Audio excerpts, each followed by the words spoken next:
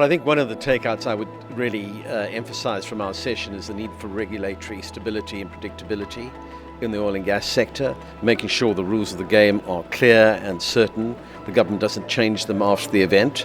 The other, I think, takeout I would take from the session is the need to ensure that the free carry that the government's talking about in terms of the new petroleum legislation is properly aligned with any black empowerment requirements which may come out in terms of this new charter that's being developed, and that the free carry is not excessive so that it doesn't affect the viability of any new investment in the sector. And the other issue that came out of the discussion is it would not make sense to impose a black empowerment requirement on exploration rights. I know 10% has been talked about. That does not exist in the mining sector, and it should not apply to the oil and gas sector.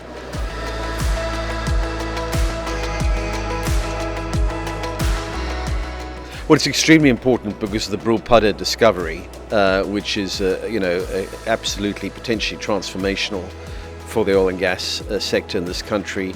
1 billion barrels potentially of gas condensate off the Southern Cape.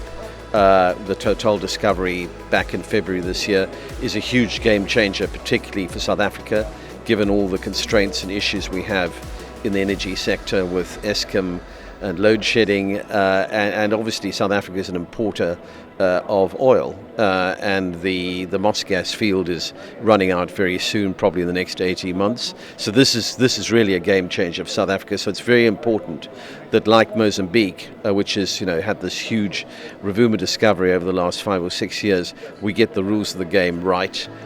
We follow international best practice. We look at what's happened not just in Mozambique but also Ghana, which has excellent petroleum legislation, and we learn from Norway, which is probably the best example of international best practice and sensible oil and gas legislation in the world.